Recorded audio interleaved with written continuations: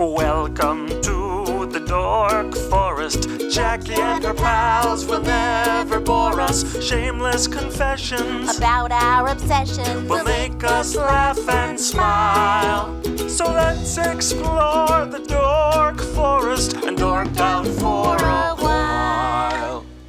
Hey Rangers, it's me, Jackie Kashian, and it is another year of the Dork Forest. What the heck, right? So you should know that the website, JackieKashian.com or thedorkforest.com or dorkforest.com, if you don't enjoy a determiner, are all still available. You could hear the show on all of the different things. I've been trying to figure out how to get off Spotify.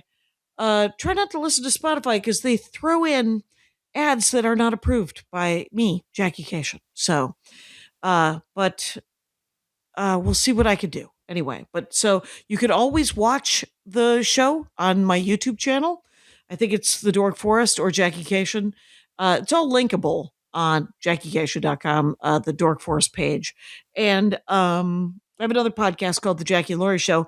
Not quite as sleepable because it's just me and Laurie Kilmartin bitching about stand-up comedy.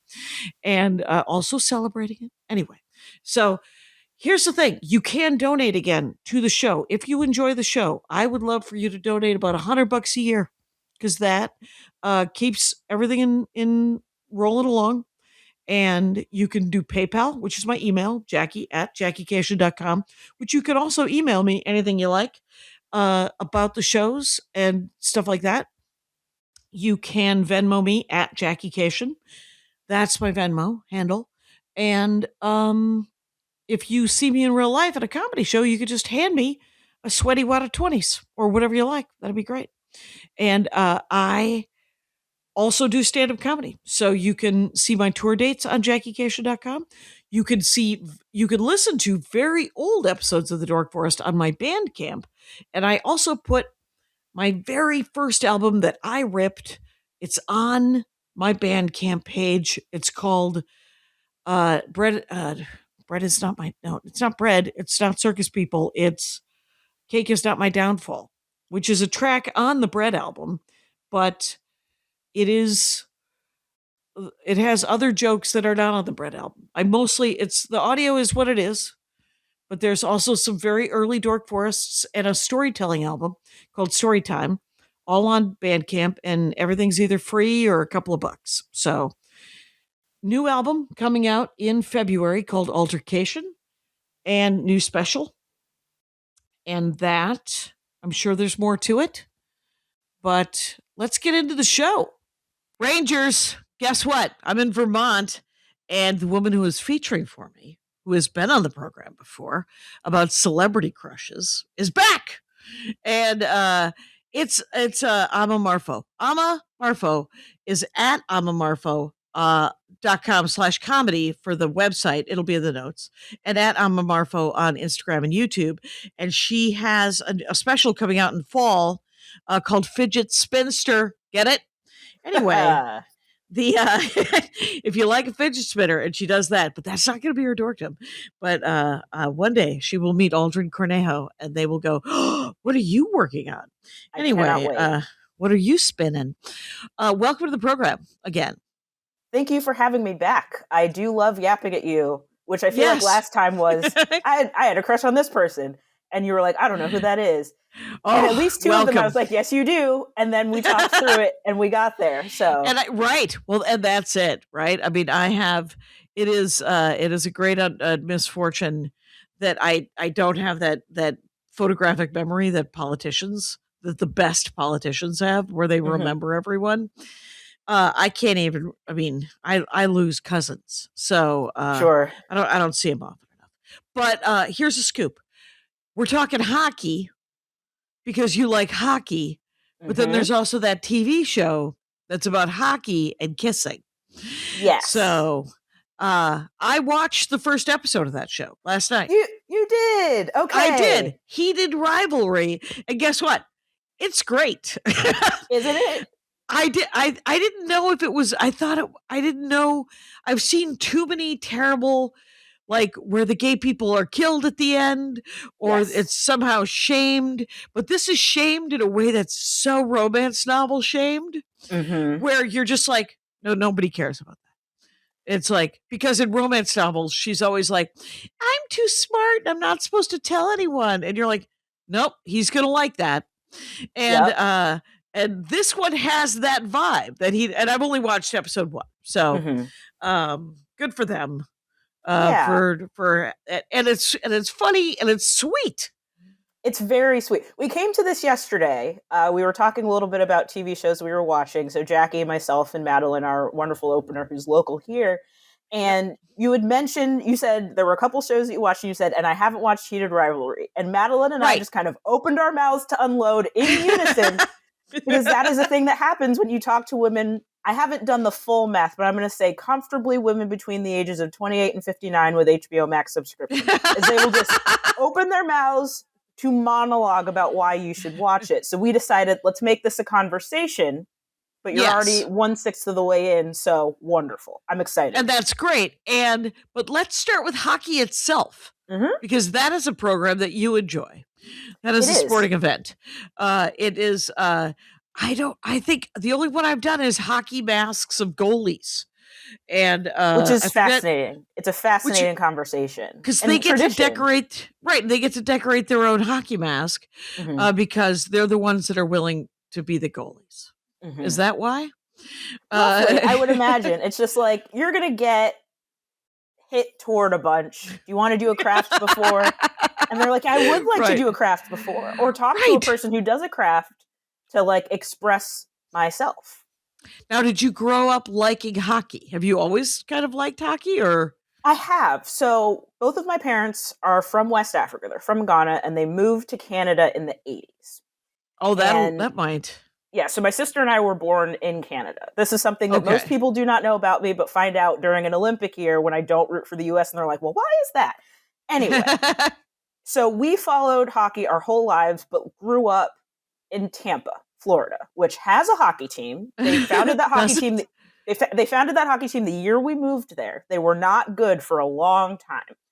And then around the time I went into high school, they started to get good. So they ended up winning the Stanley Cup for the first time the year I left to go to college. So we followed them from like terrible to amazing. They're now regularly in contention. Go Bolts. So this is something I come by very honestly. I've loved it the whole time. Very big into Olympic hockey. Now that we have professional women's hockey, also very into that. And I have to say that growing up, there was a hockey team in Milwaukee that I liked, that I never watched, but I liked. They were called the Admirals. Okay. Milwaukee Admirals? Yeah. Okay. And now they don't exist anymore, but I accidentally saw a hockey match one time, and I've seen several things by accident. Let me just say that I've been dragged to things. I saw Martina Navratilova and Chrissy Everett play exhibition tennis. I saw Miles Davis. My dad saw Miles Davis and like brought it up in my 20s, just like, I saw Miles Davis once, and I was like, if it were me, I would tell people that once a week. Like, how is that possible? My stepmother accidentally saw Malcolm X speak. What? I was like, how come that didn't come up? Well, because she went to a dance in the 60s, in the early 60s. It was a church dance, and they were tricking young people into listening to Malcolm X. They were like, I want you to be political, but you're going to want to party because you're 18. And it was an unsegregated, it was a mixed dance, so she didn't tell her parents. Okay. And so she went, and then Malcolm X spoke. And then they danced. I love everything about that story. Right. It's amazing, right? And so Nancy Kashian for the win. I still like trumpet, but I still don't enjoy an extended solo. More than jazz. Fair. But I love a good trumpet solo if it's not extended and it doesn't seem like it's never going to fucking end. But it's not that I'm going to have somebody on to explain jazz to me. But right now, hockey is being explained to me. Yes. And so Tampa Bolts. Tampa Bay Lightning. Oh, Lightning. Tampa Bay Lightning. Called the Bolts.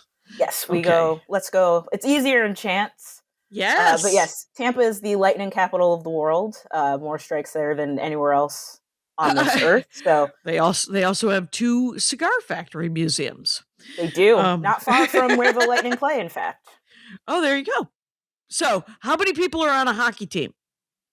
So on the ice at any given point, there are 5 players. So 3 centers, or right wing, left wing, and a center. 2 defensemen, and then a goalie. So you should have 5 plus the goalie at any given point. If there are more than that, you get a too many men on the ice penalty. Somebody has to sit out for 2 minutes. You could also have situations where there are fewer. So if a penalty is assessed against the other team, that team's part of their penalty loses a person for 2 minutes, 5 minutes, or 10 minutes, depending upon the nature of the infraction. Right. 10 minutes. Did you knock a tooth out? What happened? So what makes it 10 minute? 10-minute misconduct is usually like a major fight, or if a fighting incident like draws blood. Usually that's the distinction between 2, 5, and 10. Like, is someone bleeding? Do we have to check for teeth? That sort of thing will happen.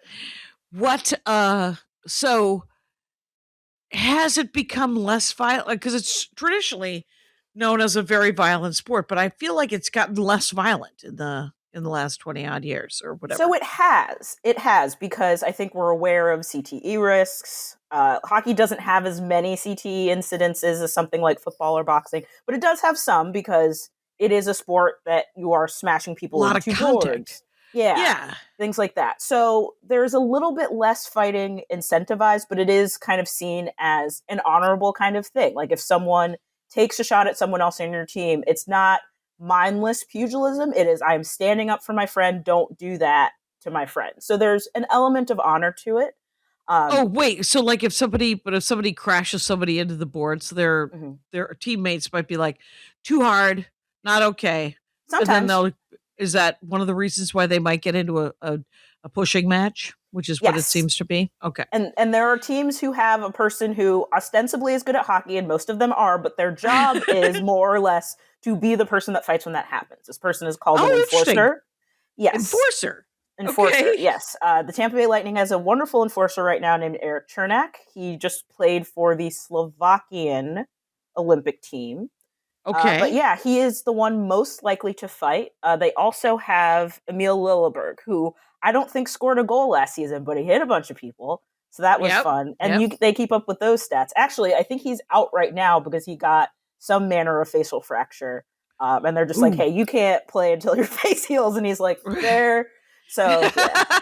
Are there any other roles on a hockey team that don't entirely covered by hockey? There's the punching person. And they have captains. They have assistant captains. Okay.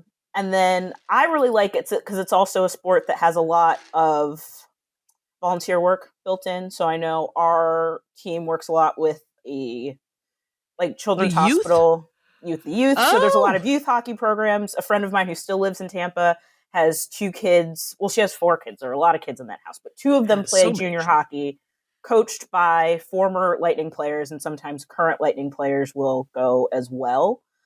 Years ago, she and I did a women's hockey camp where you would go and learn skills on the ice. You would meet people in the main office, and a couple of the players came down and hung out with us and did drills. So that was really fun and exciting. I can't overstate to you how exciting it is that everybody else is into hockey now, because now I get to talk about all of this. Before I just had to sit on it and wait for someone to ask. So, the fact that the women, I don't know where you want to go with this conversation, but I kind of want to go lateral into the Olympics. Let's talk about it. Because there was, I didn't know that there was a women's Olympic hockey team. Has there always been? I mean, not always, but for the last several years, I'd probably say the last 20 to 25 years. Okay, so for the last at least 4 Olympics. At least 4 Olympics, yeah. Mm-hmm. Okay. And we seem to be good. We're quite good. And it historically was sourced from college hockey because there wasn't a professional women's league. Now, within the past 3 years, we do have now a professional women's hockey league. There are 6 teams so far. Okay. So they're now able to pull from professional hockey in a way that they couldn't previously. Now, by comparison, the men's team has gone back and forth between allowing NHL players to play and not. So sometimes it is all college players or players that play overseas, but the players that are on NHL teams can't, and they didn't take a break. They came back for this Olympics. So this was an Olympics with NHL players, so they too could pull from professional leagues. Oh, okay. Mm-hmm. And is it arbitrary? Does it feel arbitrary? Like what year they're doing it? To me, it feels arbitrary. Like sometimes they're just like, we'd rather not. And then sometimes they're like, actually, this time it's okay. I suspect we're going to see more where it's okay. And they're able to plan around it. But yeah, some Olympics, they just haven't wanted to. Okay. Well, I didn't see either of those or the Paralympic hockey, but I understand that's done on sleds or I think it's I saw like wheelchair soccer at the Paralympics this summer, and that was amazing. Just the upper body strength is, of course, extraordinary. But have you watched any of the Paralympics hockey? I have watched sled hockey, and in fact, the U.S. and Canada are playing the men's, because there is not women's para hockey.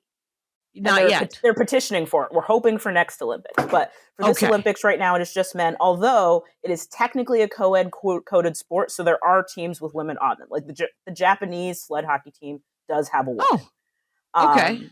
But at this time, most of the teams do not. They're allowed, but many don't. And yes, it is. So they're on sleds, and you have 2 sticks.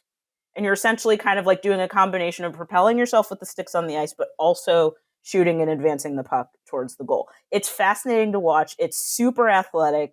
There's so much like actual hockey in it. Like I think I think a lot of people kind of assume that Paralympics is like a pared down version of it. No, there are penalties. There are fights. Like it's the same thing. They're just seated. Right. It's wildly compelling. Right. It is wildly compelling. It's the same sport, but slightly different. But so is every sport when different people play it. And that is why you should go as hard for the Paralympics as you do for the Olympics. You can watch they were concurrent. I really do, because I bet you the Olympians who are not Paralympians would go and watch the Paralympians. Yeah. And vice versa, and they would cheer each other on, and it would be, talk about, I'm tearing up thinking of it. Come on. Yeah. Sell it. Let everybody watch everybody. I will say one thing I suspect is happening is that I know in some instances you have to modify the field of play. So as an example, there might not be enough room. Yeah. Yeah. The hockey was in the same arena for the Olympics as it was for the Paralympics, but they have to adapt it a little bit. So the way that you go into the bench in the penalty area, for example, there are clear doors because you're lower to the ground, so you have to be able to see in and out in a way that you wouldn't, because you can't get on a bench if you are in a sled, and they don't want to have to do that. And then there are other pieces of it that they kind of have to adapt. So what I suspect they're thinking is we can't run them at the same time because we wouldn't be able to switch them back and forth. Right. So I think they have like the break That's in between to adapt the venues in a way that Paralympians could use them. Right, and the snowboard was the same. They had to level out a different playing field. But I'd love for them to figure it out. Anyway, so do they play to a certain number, or do they play by time? Like it's not ping pong. They don't play to 20, right? Right. They play by time. So it is for typical, not typical. So we'll say for Olympic hockey, NHL hockey, PWHL hockey, it is 3 20-minute periods. For sled hockey, it is 3 15-minute periods. Okay. Yeah. So it's 3 periods. Like 3 periods, and then if it is tied at the end, then you can go into overtime and then potentially a shootout as well. Okay. So is overtime done like in 2-minute or 2, 5, and 10-minute increments or whatever, and then it's just one person, like sort of like soccer, where one person tries to get a goal, another person tries to get a goal? So it's usually 20-minute overtime periods, and then it's sudden death. So like when you score, it's done. What they've done, and they've changed the rules about this a little bit, and Olympic rules are a little bit different from NHL or PWHL rules, is then when you get to a shootout, there are 5 rounds initially of each team trying to score into the other, and then 3 of 5 wins. If it ends up being tied, then you can keep going until somebody does win. Yeah. Wow. Okay. So, who's your favorite team? Is it the Tampa? It is the Tampa Bay Lightning. Okay. And how many games a year do they play? Is it a lot like baseball or not a lot like football? It's in between. So the NHL season is 81 games. 81 games. That's a lot of games. It is a lot of games. I believe there are like 18 football games. Yep. Because I've done like fantasy for both, and one of them took significantly more of my time than the other. 80 games where they're on the ice. Mm-hmm. And the games are they're 60 minutes. They're at least. And then there are intermissions for like clearing the ice and stuff like that. And then it's like a stoppage of play game, so it's 20, but the clock stops and starts. So you're there for a bit. You're there for a bit. But yeah, 81 games between October and roughly April, May. And then playoffs. So if you go further, you go further. And is the Super Bowl called the Stanley Cup? It is. Yes. And that's the name of the trophy that you get. Mm-hmm. Okay. So it's done in brackets, and then all of a sudden you're playing for the Stanley Cup. Is that correct? Yep. Okay. And what is the best game you ever saw? I don't know. Who are your favorite teams and players and moves, and what do you got? So I will say I have considerable recency bias because last month I went to the Stadium Series. So most games in the NHL and the PWHL are played indoors. The NHL does a handful of games that they play outdoors, the Winter Classic being one, and then they have what's called the Stadium Series. So there are 2 to 3 additional games that are outdoors. They're in places that typically don't host hockey. So I went to Tampa in the beginning of February to see the Bruins play the Lightning at Raymond James, where we normally play football. Okay. So it's an outdoor game, and it was very exciting because we scored. Yeah, ice. I know. So it was very cold that weekend, which I did not expect. Okay. I was 40s. Watching. Well, I was watching just a regular game the Thursday before I had to leave. And our local newsman, ABC Action News' Dennis Phillips, was on the concourse with the hosts, and he was like, "We're predicting snow this weekend," and I did not think I would ever have to say that. So it was quite cold. Like by the time we got to the game, it was 41 when it started and like 36, 35 when it ended. Wow. Which as someone who wanted to pack shorts was not happy about it, and I let everyone know who I ran into. I wanted to pack shorts to go watch an outdoor hockey game. Mm-hmm. Anyway, how was that game? So it was very exciting because the Lightning scored first, but then the Bruins scored 5 unanswered goals. So there was a period where it was 5-1, but we came back. We ended up winning 6-5 in a shootout. So it was a lot of hockey, which if you don't like being cold outside, as I do, was both exciting and deeply uncomfortable. But we got through it. And then the other thing about that, which I talk a little bit about in a set that I have now about hockey, is that we saw a goalie fight. This does not happen very often. So Jeremy Swayman and Andrei Vasilevsky fought. Okay. And which are the ones on the Bruins and ones on the...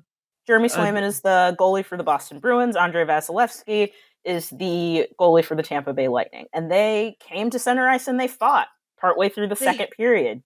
Literally, they had to run at each other from across a hockey field, skating rink, whatever. Mm-hmm. It was their shit talking as they skated towards each. I suspect they're probably exactly. Like it very much is like a hey, and then the other person has to be like, okay, and then they get to the center and they fight. And in that same way, for any reason that you would fight, it's the kind of thing that like changes the energy of the game, fires people up. And again, they never do this. So I think about how many of the Lightning players said, like in interviews, they're like, yeah, once we saw that, like we got fired up and we're like, we can't let him have fought for nothing. And that momentum brought them from so far behind again to winning in a shootout. Exactly. Do we have any idea what the fight was about? It might not have been about anything. Some fights are about nothing. Sometimes it's just, I think we need a change of momentum, and the two players that fight are just like, we're going to be the ones to do it. Wait, does it feel like Now, I don't mean to belittle the sport of hockey. Does it feel like wrestling? Sometimes, like yeah. it might be drama. I know exactly where you're going, and sometimes it does. Yes. Okay, where you're just like this. We need to change the narrative of the game, and we're gonna do that by doing something weird. Yeah, like two goalies fighting. Yeah, because what on earth they can't even see each other. Yeah, and like they can't talk to each other. It's very far. And even if they were to yell at each other, there's so much going on they wouldn't hear it. Most hockey fights are not that, but some are. Some very much are just like, we need a momentum shift. We're going to do this. Okay, now, and are there other hockey movies and shows that I have not seen? I've seen The Cutting Edge, which is it's a little bit of hockey movie. Right, there's a hockey guy who becomes a figure skater. And when the hockey games at the Olympics happened this year, I wanted, and especially the women's hockey, I was like, what if there was a movie where there was a hockey player who had to become a figure skater? But it was a woman.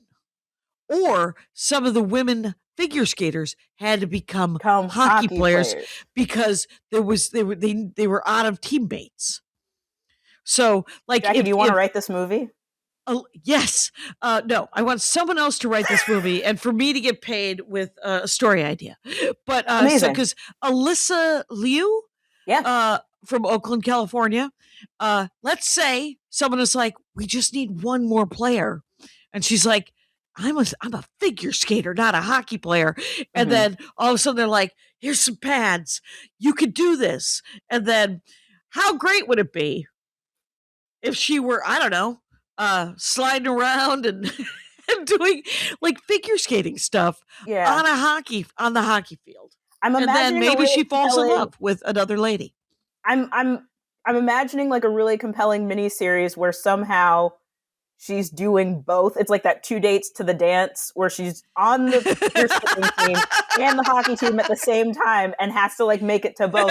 And then somehow her final for both is scheduled the same day. And then she has to like make a decision and there's a big reveal and whoever she's dating like finds out and is like, I'm still in love with you anyway. Right, like it's somehow negative, which is a classic romantic movie trope where you're like, no, again, nobody cares about that. That wouldn't be a thing. Did you make both events? Did you win both of them? Probably. So yeah, it's yeah. So, but what? So if there's as opposed to The Cutting Edge, are there other hockey movies? Wait, so this Ducks. Mighty Ducks. So there are 3 Mighty Ducks, 2 of which I think are worth your time. Third one's okay, but like the first 2 are really where it's at. So the Mighty Ducks, absolutely. And in fact, the second one has a kid that's on that U.S. junior team that was a figure skater, and they kind of like convert him into being a hockey player. He does great. Okay.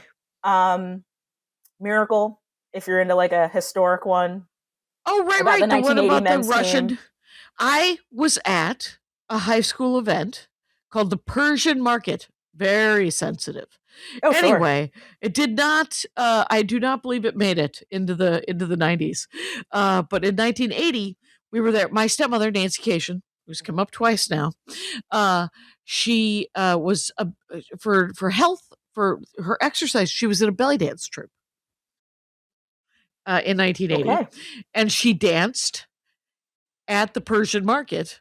Her troupe. Her and these 2 other women. And I was in the audience and I was standing by these 2 guys. They're like, who's the little blonde? And I said, that is my mother. And they stopped talking. Anyway, so in 1980, I've digressed again. It's a classic Dork Forest moment. We'll make it back. Guess what? I'm talking with Amma Marfo. Feel free to go to ammamarfo.com/comedy. Instagram, it's Amma Marfo. YouTube, it's Amma Marfo. And you're going to be at the Traverse City Comedy Festival in April, I believe. Yes. And Fidget Spinster coming out this fall. So follow the Instagram and then you'll find out about it as it happens. Let's get back to the fact that so we got Miracle is the one where the U.S. team beat the Russian team, and it had never happened before. So I do remember it was a big deal. Yes. So yeah. So that's the other movie. That's it. The Ducks and Miracle. There are others, but those are the ones I think I enjoy the most. And then in terms of TV, this is actually a very elegant segue into where we're going next, because we're talking about Heated Rivalry, but it does have two predecessors that I think are important to the telling of this story of Heated Rivalry's success. So Heated Rivalry is a show. It's a Canadian show, originally commissioned by a Canadian network called Crave. Now, Jacob Tierney, who is the creator, writer, and primary director for Heated Rivalry, did 2 shows previously with Crave and another collaborator that have hockey involved in them. So the first... Really? Yes. So he likes hockey. He does. He's Canadian. Maybe that's it. Yeah, or at least he likes telling stories about it. So the first is Letterkenny, which many folks may be familiar with. It's streaming on Hulu. It is a Crave show, but it's basically about cliques of folks that are in Letterkenny, Ontario. And one of those cliques is the hockey players. So there are 2 hockey players that are kind of part of that ensemble cast, Riley and Jonesy. And are all of these fiction? None of this is documentary. Yes. Okay, good. Yeah, these are fiction. Letterkenny. Okay. So Riley and Jonesy are kind of part of this ensemble, so you get a sense of like how they play hockey, how they treat it, how it's essential to their personalities relative to everybody else on the show. And then within that part of the story, there is a referee and player on their, it's like junior league team essentially, named Shorzy. You never see Shorzy's face, you just hear him talk. Sometimes he's on the ice as a hockey player, sometimes he is refereeing, and he's just this boisterous character that's like chirping, which is like talking smack to the other teams. And then around season 5 or 6 of Letterkenny, he gets a spinoff. So there is a second show called Shorzy, spinoff of Letterkenny, also available on Hulu. Okay. Narratively, they're so different from each other. Letterkenny's very fast writing. Like I think about it as, in a lot of ways, really similar to 30 Rock, like high joke volume, a lot of just like quippy back and forth. Shorzy's a little bit more narrative driven, so you will follow a story over the course of the season. It's about this team that he pulls together to kind of turn around the fortunes of a losing minor league hockey team in Sudbury, Ontario. And while Jacob he's not credited as a creator of it, he directed a lot of it and had a really big role in that show. Okay. So both of those things he did en route to making Heated Rivalry. So when you watch Heated Rivalry, knowing that he also did those, tonally they're incredibly different. But when you think about the experiences he has about staging hockey as a sport and like finding ways to bring humor into an otherwise really beautiful story, you can see it's like, this is Jacob Tierney at his highest level of performance, just bringing along everything he learned along the way. So both Letterkenny and Shorzy, if you have not watched them, but Hulu is, like it did to me, saying you would like these, you probably would. Give them a chance. I think you'll really like it. Okay. And then, but Heated Rivalry is based on a book, right? Yes. Or a series of books or something? It's a series of books. So there is a Canadian writer named Rachel Reed, and she is a big hockey fan. Like she just loves hockey, is an enthusiast of it in Nova Scotia, and felt some kind of way about the nature of the NHL and like the types of things that they are dealing with but not talking about. So things like the fact that there are no real active openly gay players, the fact that they kind of tend to sweep under the rug incidences of sexual assault or domestic violence and things like that.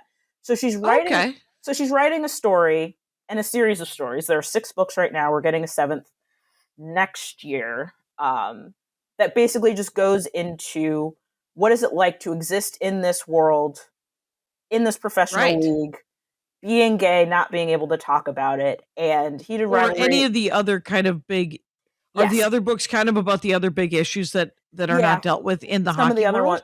Some of the other ones will come up. Well, isn't she amazing? Fantastic.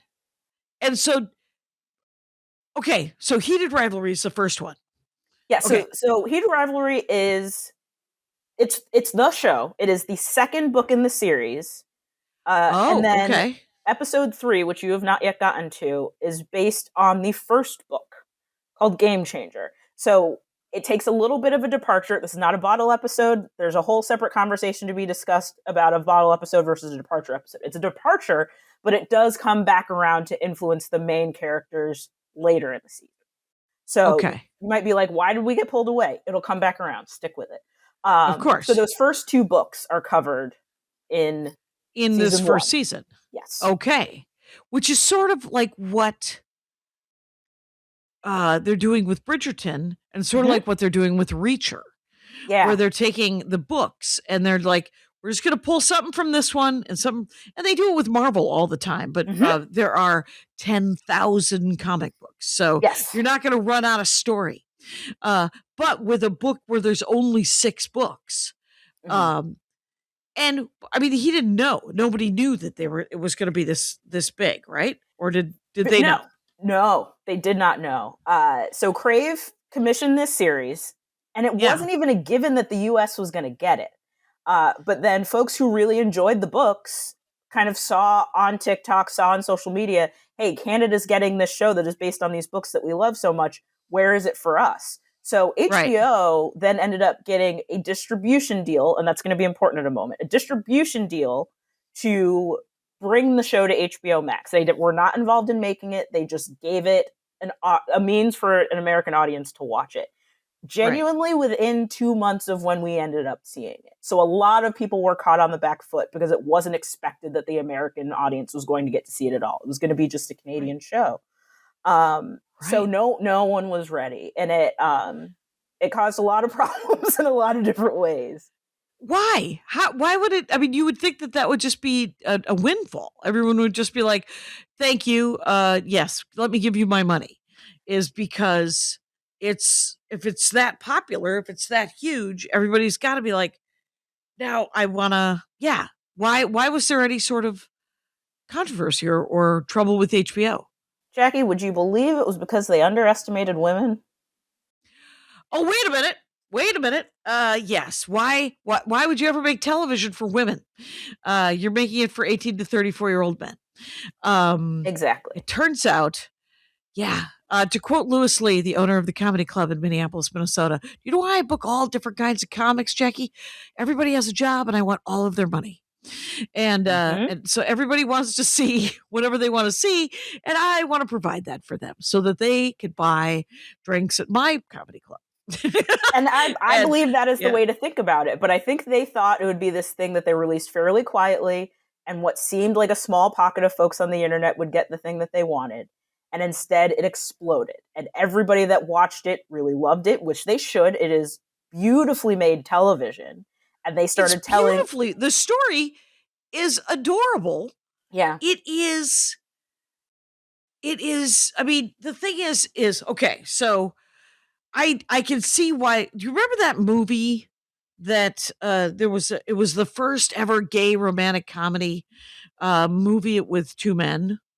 Guy Branum had a bit part in it. I can't remember. It was called Bros or something. Yeah. Yeah. And it was almost this, because you know like the whole, I am not the straightest lady in the world, but pretty straight, and I like romance novels. So you would think that I would not be, this is not my porn, right? This is not the thing that I would want to watch. But it turns out it's so well done, and they have built this thing where, love is love, this thing where if you ever try to watch Will and Grace again, it's painful, but it was a stepping stone to having people acknowledge that gay people were people.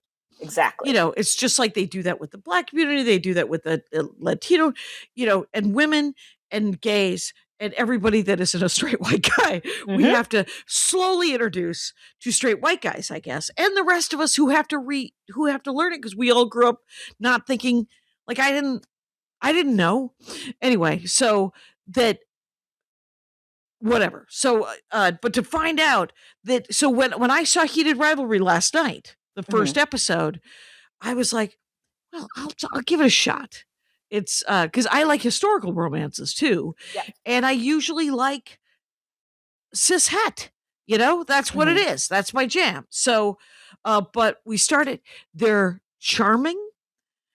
It's got that same tension between any two people that are attracted to each other. The chemistry is really good between these two young men, but they're funny about it. And they're just like, we play hockey. We can't tell anyone. Mm-hmm.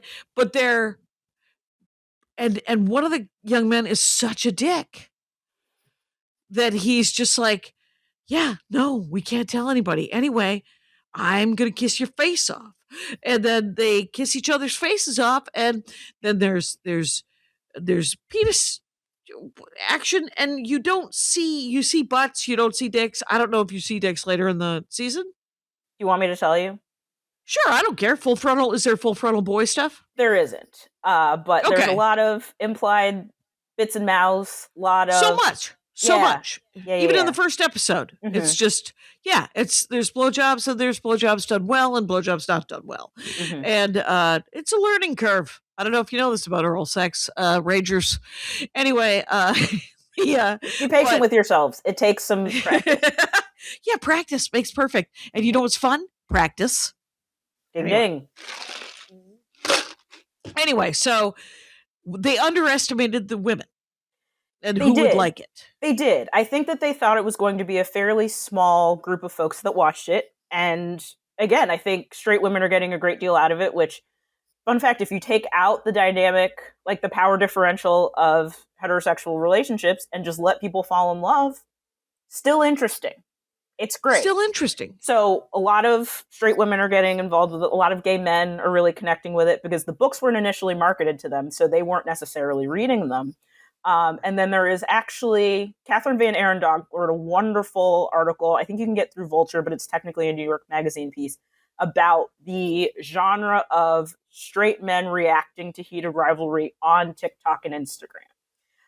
It's a genre. It is. Like, they're having an experience as well. Like, they're going in not unlike you did, Jackie, being like, there's no way I'm going to get anything out of this. And then the further into the season they go, they're really emotionally invested. They're kind of asking questions of themselves. And I think, frankly, they thought, like, oh, if this is for women, then men won't watch it. And more men are watching it, some with their partners, some with their friends. And it's starting a lot of conversations. I've had multiple conversations with bartenders, and it just happens to come up, like, I'm wearing a Heated Rivalry shirt, a friend's wearing a Heated Rivalry shirt, and, like, their female coworker would be like, I've been trying to tell them to watch the show. And I was like, bring them over here. Yeah. And What's the pitch? So there was one young man I remember, he was like, I don't really read, I don't really watch TV, but he's very into video games. So I was like, what video games do you like? And we talked about Fallout, and I was like, what do you like about Fallout? And he was like, the, like, expansive storytelling and, like, the relationships with the characters. And I was like, all right, so you will get some of that in here. And I think it's also just, like, a really interesting conversation about masculinity. I was a film minor in college, and it happened the way that the schedule laid out that half of my classes were about masculinity in film. I've watched all the propaganda. You cannot explain The Godfather to me. I've written 2 papers on it. So to see masculinity better now, you than me. Yeah, they're just like, let me tell you why. And I was like, you can't tell me shit. I got an A in both of those classes. I have 4 older brothers, and they will not stop talking to me about The Godfather and The King of Comedy. And both of you guys could take a flying leap. They weren't made for me, and I don't like a movie where at the end, I finally watched the first Godfather, and at the end of it, I was like, oh, I don't need to see any more of this. He's lying to her. This relationship isn't going to work out. At the very end of it, he said, no, I'm not going to be that guy. And then that guy, he's that guy. And then 2 seconds later. And I'm like, oh, I don't need to see this. I get it. I did have to watch them, but I got academic credit for it, so it's fine. Right. And they're well done. I'm not saying they're not beautifully made done. movies. But all of this is to say, I've seen the propaganda about what men think they're supposed to be because of the movies that have been made. Yeah. So to now see what Jacob Tierney's been able to create, and not just with Heated Rivalry, I think Letterkenny and Shoresy both also interrogate masculinity in some really interesting ways. And, like, their idea on the show of what good men are is, like, a beautiful step forward. Right. So I think that's also been really valuable in this conversation. Like, men can be different. And I think you should consider it. So that's been really nice to see. So that's also been a really big part of its explosive growth. But so one piece that we talked a little bit about yesterday is I'm also a bookseller part-time. I work at a bookstore. Right. And the publishers were not prepared for the outsized demand of these books once the show got so popular, because they didn't think that they were going to have to sell to the American market. So that all of a sudden people are like, there are books, I want to read them. And they didn't have any. So for about a month, I was fielding phone calls left, right, and center. We didn't have any, and we didn't have access to any. So then when folks kind of got them, it was this huge opportunity for folks to be like, they're finally here, or we have 2 copies. Literally, whoever comes in and gets them, come get them. You cannot place holds. You cannot order online. Just come get it. Since the ship has since righted itself, but it's so rare. And sometimes this happens. The same thing happened with Bridgerton. Yes, the same thing happened with Bridgerton. I remember there were toys for one of the Star Wars where this happened.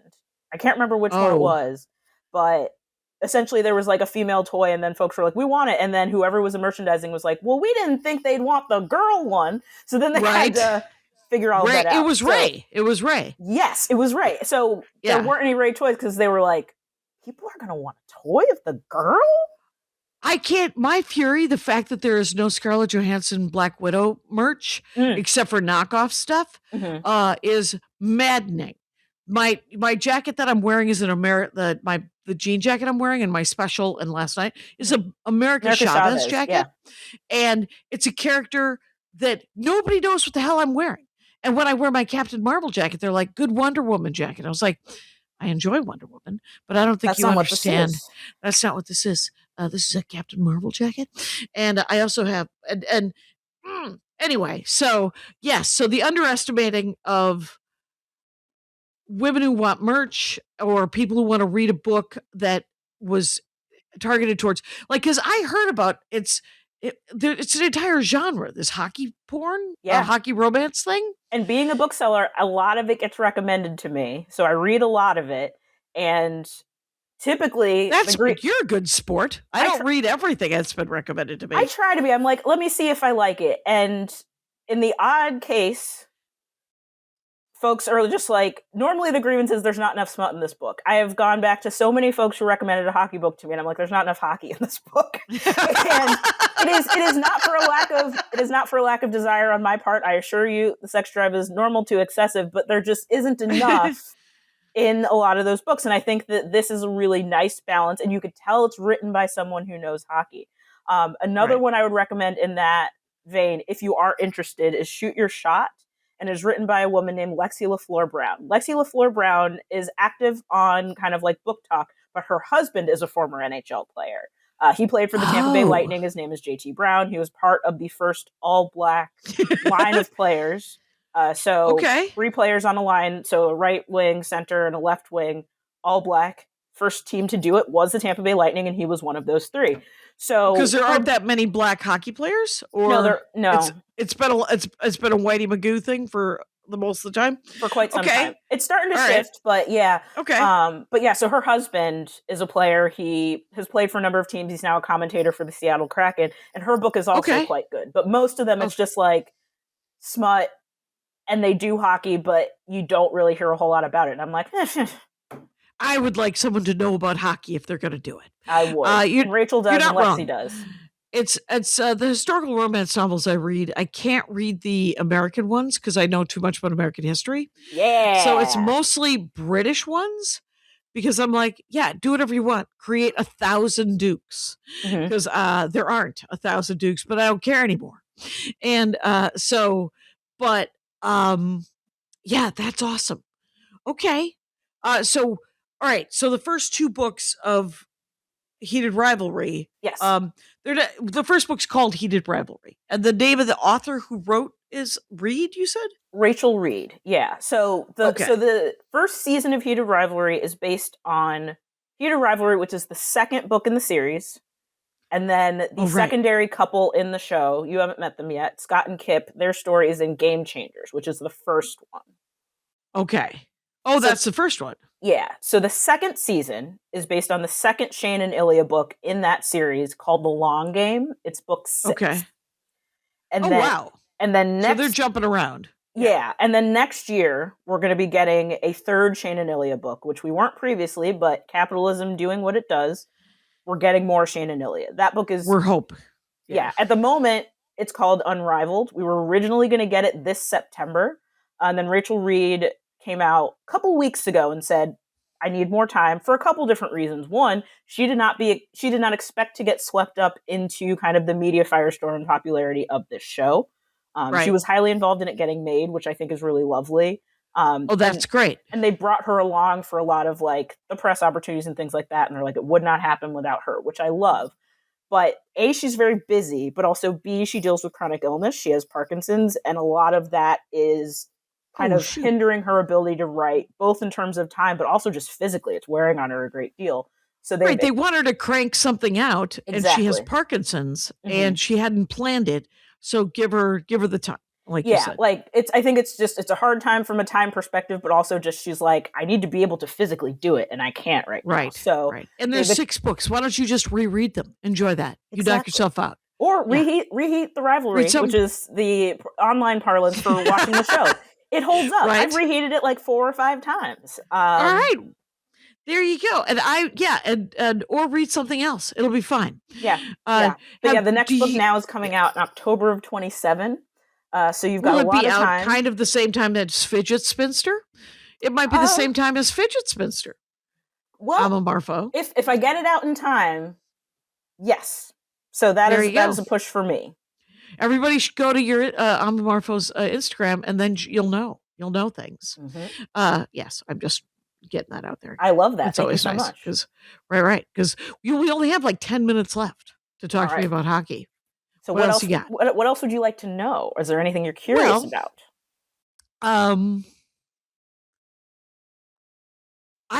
Are there any gay hockey players now? Openly in the NHL, no. Okay. The ones we know of are retired. Or had left the league. There are minor league players. I think there are like a couple minor league players who, again, after they retired, hockey is an interesting ecosystem because even after you retire, you still stand the possibility of being very tied up in hockey. So you can coach, you can do commentary, you can coach in the feeder leagues like the AHL or ECHL and a number of those other things. So there's still reason to hide it. Exactly. So we're hoping that some of this, and some of the actors on the show have been really open about like, if you liked this show and you like the world where you're allowed to see this, the NHL should make an environment where it is okay for folks to be able to come out. And it's been very interesting to me because Gary Bettman, the commissioner of the NHL, unpopular for any number of reasons, and he's earned it. But he got asked if he had watched Heated Rivalry. And he was like, oh yeah, I've watched it. We really love it. And the league has not done a whole lot to integrate into it, which is probably good because they are straight up the villain in the long game. So the fact that he's very effusive about it lets me know that no one in his office has read the books. Or he's lied. Or he has not watched the TV show. Yeah. He's just like, of course I've watched it. Well, hey, buddy, what did you think about this? Mm-hmm. And, because and you alluded to it when we were talking about it last night about the Russian kid. Yeah. And his family issues. Mm-hmm. The fact that his family keeps calling, asking for money, mm-hmm. and his brother seems to be a real piece of work. Mm-hmm. And I'm not looking forward. And so that's fascinating to me because the fact that it's a whole story. Mm-hmm. Mm-hmm. Yeah, so I'm very curious to see how the league will adapt to something like this because there was a controversy with the league a couple years ago. So they have an initiative called You Can Play, where theoretically the league is open to folks who are queer. They want them as fans. They, again, in theory, want them as players. And they had also introduced Pride tape for sticks. So players tape their sticks. It's a means of like protecting your hands and also kind of like giving friction to allow the puck to go where it needs to go. And Pride tape is what it sounds like. It is rainbow tape. And they had it in the league for a while. Several players had used it. They used it really prominently on Pride nights. And then they banned it. And there wasn't really a super clear reason why that was. But a lot of fans kind of got in an uproar. A lot of players got in an uproar. And they ended up bringing it back. To me, it really just felt like we didn't think anyone was going to notice. We're so sorry. Right. Yeah. And then even as all of this is happening, USA Hockey, which is the governing body for things like the Olympics, banned trans players.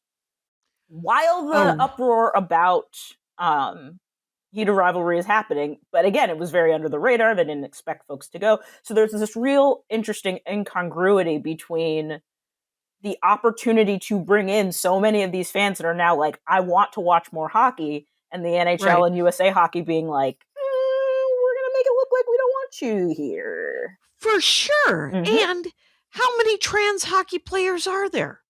3? There aren't many, but one of them is actually, and Harrison Brown, he wrote a book called Let Us Play with his sister, who's a journalist, about the nature of trans individuals in sports. Harrison was a minor league hockey player who has gotten a couple awards in the minor league hockey league, and then ended up playing a bit role in Heated Rivalry later in the season. So he's on the show. Good for him. And it's so the world of the show is inclusive of that, and one would hope that like the wider leagues would be as well. Well, did he make the team? Like, he's clearly a good enough hockey player.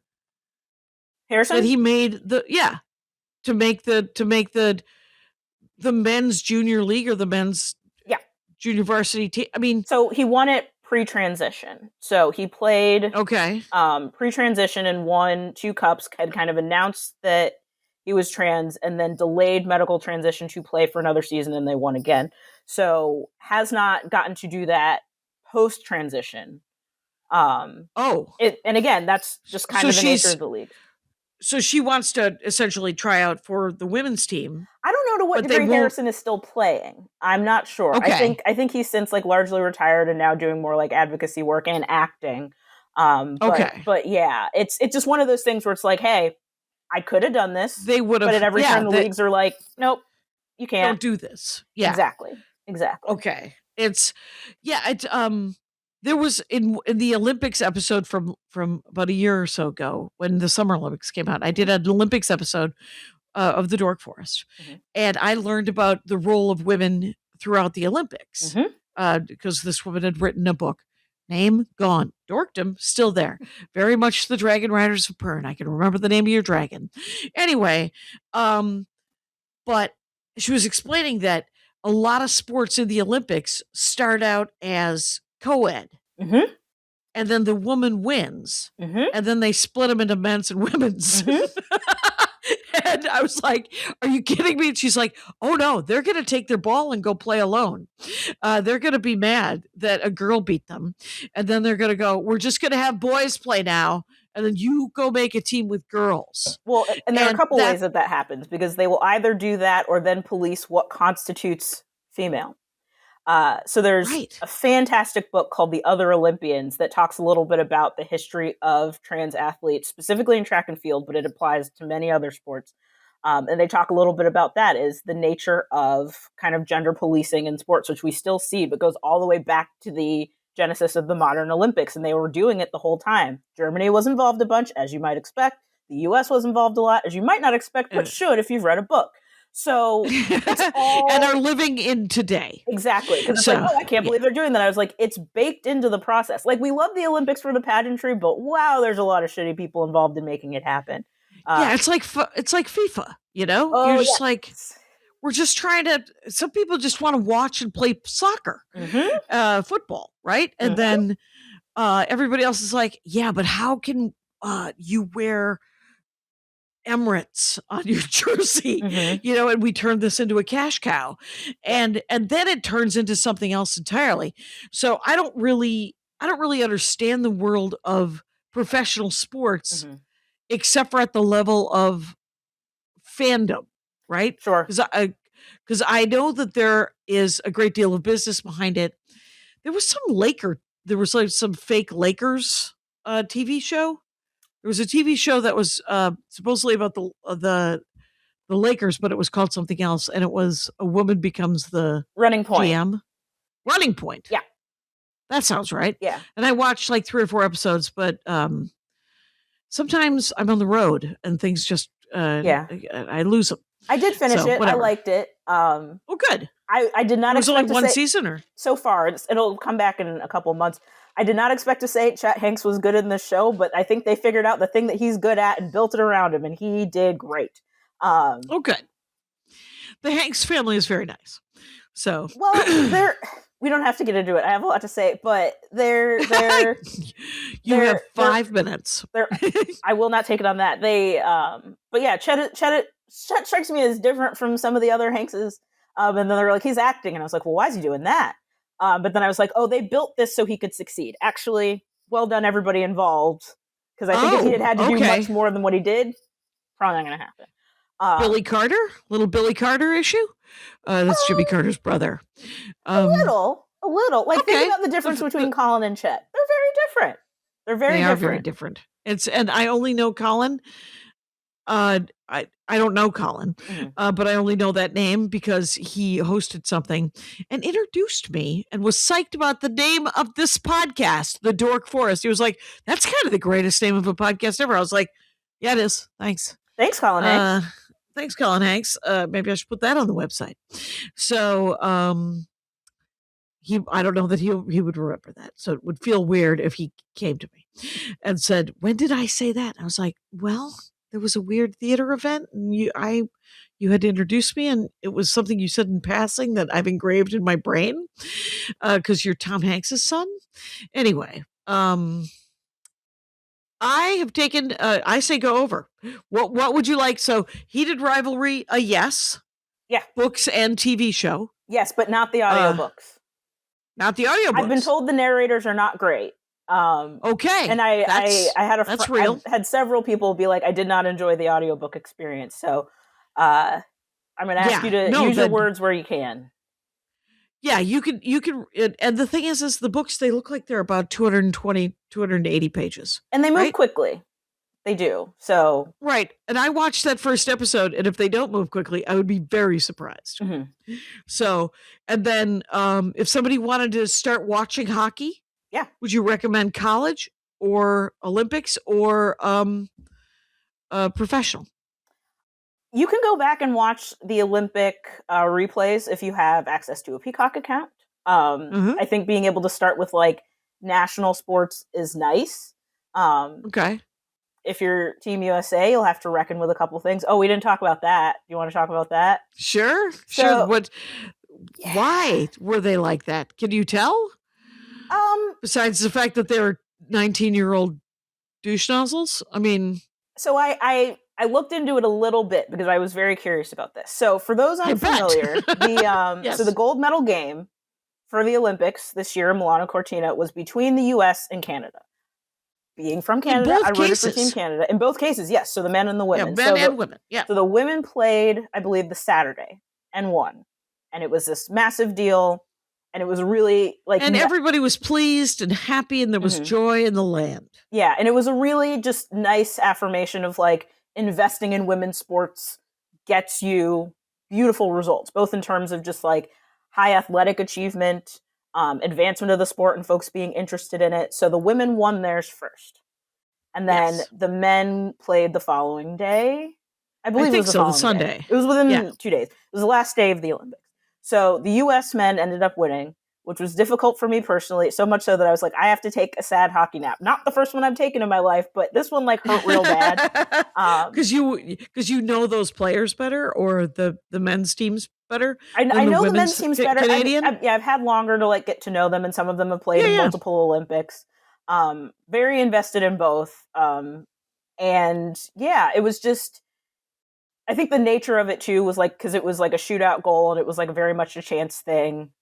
Right. So just like the nature of how the game ended felt a little bit differently. So Team USA is celebrating, and they did this beautiful thing where there was a young man named Johnny Gaudreau who was playing for Columbus and was tragically killed along with his brother in a car accident a couple of years ago. And a lot of the young men on the U.S. team came up playing with him. He would have been on that Olympic team had he not gotten in that accident and passed prematurely. So they brought his jersey out as part of the celebration. When they took the team photo, his jersey was in it, and then they brought his kids into the photo. And it was this very beautiful moment where it was just like men being cool and like standing up for their friend and making sure that a friend that should have been there was included.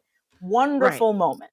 And then within an hour, 2 hours of that happening, they broke it. We got locker room footage of FBI Director Kash Patel partying with them, bringing President Donald Trump in on a FaceTime, where Donald Trump essentially says, and now he's like, I would love to have you all at the White House, and I guess I have to invite the women too. And the men in the video all just laugh. And that magic is broken because there had been so much over the last several weeks of the teams supporting each other, the women going to see the men going to see the women. And there was this idea that they were treating each other as equals. So then in that private moment when it was just them, no one fight back against that. It was immensely disappointing. So they then had to deal with the fallout of that. I talked to a lot of folks that were like, why didn't anybody issue a statement or apologize? To which I would say, you don't actually want them to say they're sorry. You want them to be sorry. And most of them are not sorry. So I'm glad that ones who didn't believe it at least apologize. They didn't do theater. Yeah, exactly. There was no I've seen many of them in commercials. They're not actors and you don't want them to try. So there was then what could have been like a contentious moment, ended up working out really nicely on Saturday Night Live, involving Connor Story, who plays Ilya Rozanoff on SNL. So we knew from like some press reports that Quinn Hughes and his brother Jack, two of the brothers on the U.S. team who are kind of considered like the high-level game clinchers, were going to be on SNL. And there were a lot of these calls for like, what is Connor Story going to do with that? He is advocating for a more inclusive NHL, and now this has kind of happened on his episode. He should refuse. He should drop out, to which I would say not his responsibility. He has a moment not of his job. Meteoric popularity, wanted to do SNL, got the opportunity to do so. It's not. He is an actor. Exactly. It's not for him to deal with. So what ended up happening on that show is in the opening monologue, the men come out. He kind of like asks some questions. They do some back and forth about like, oh, we haven't watched the show. And then ask some questions about hockey that can also kind of be interpreted as innuendo about sex. And he's like, well, yeah, we do that. And it's like, the notable one was like, oh, I got my teeth knocked out. It's like, did you? And he's like, metaphorically, which is hilarious. So then they were just like, oh, well, he's like, oh, well, I would have loved it if you watched the show. And then two of the women come out, Hillary Knight and Megyn Keller. And they're like, oh, we watched it. So then you get to have a conversation with the women. And the difference in crowd response to when Quinn and Jack Hughes come out, tepid. I mean, you're excited because it's like Olympic medalist, but then the women come out and it blows the roof off. Like, that's exactly what needed to happen. And he got to engage with all four of them. The women got the spotlight that they earned, and they said something to the effect of, oh, well, we knew that we were coming, so we figured we'd bring the boys along too, which again, massive response, as should have happened. So it ended up kind of showing them kind of like, here's what you did. Like, this is the reception that you created for yourselves. Apparently in the rehearsal, there was like a more audible negative response. And they're like, Quinn Hughes looked really disturbed by that. Quinn Hughes just looks like that. He always looks like he's been haunted. Like, just has this middle stare, like a ghost is speaking to him. And the jokes in Milano were just like, it's Italian ghosts. He can't understand them. No wonder he looks confused. So everyone's like, why does he look like that? I'm like, guys, it's just his face. Anyway, we kind of got that moment of like, yeah, no, this is the reception that you created for yourselves. And it was really nice to watch. And it'd be cool if they learned from that, but they are young white men, so maybe probably not. Although, because they left to go eat McDonald's over at Trump. So, although not everybody went, including Jake Gensel from the Tampa Bay Lightning. So, okay, yeah, all right. So some of the men's hockey players did not go. Yeah, so 5 I think did not go to the White House, and then an additional several did not go to the State of the Union, but did go to the visit. It's documented. You can look it up if you'd like. Right. You can look it up if you need to know who didn't and who did and whatever. Yeah. But all this is to say, if you are interested in hockey and kind of want to get involved in it, go back and watch the replays of the Olympic matches, not just the ones that the U.S. is in, any of the ones that you'd like, because there's wonderful hockey being played in Slovakia and Czechia, and a number of other countries have very strong teams.